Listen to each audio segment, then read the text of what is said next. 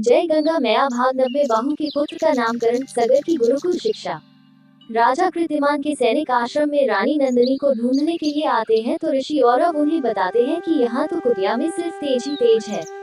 ऋषि औरव गंगा मैया से रानी और उनके पुत्र की रक्षा के लिए कहते हैं। सैनिक जब कुटिया में जाते हैं तो वहाँ गंगा मैया की कृपा से तेज रोशनी देखती है जिसे वो सहन नहीं कर पाते और वहाँ से चले जाते हैं।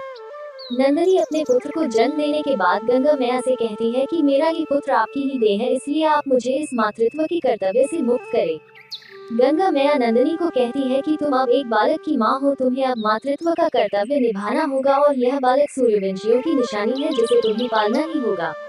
राजा बहू का सेनापति ऋषि औरव के पास आता है और उनसे पूछता है कि क्या रानी नंदिनी और उनके पुत्र की भी मृत्यु हो गई है।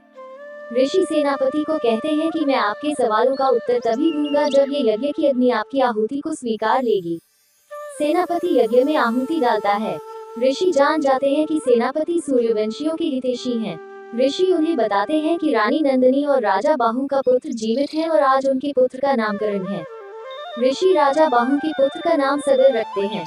नारद जी गंगा मैया से कहते हैं कि आप अब पृथ्वी लोक में अवतरित हो जाए तो गंगा मैया नारद जी को कहते हैं कि अभी मेरे पृथ्वी पर अवतरण में समय है। सगर को नंदिनी गुरुकुल में शिक्षा लेने के लिए भेजती हैं।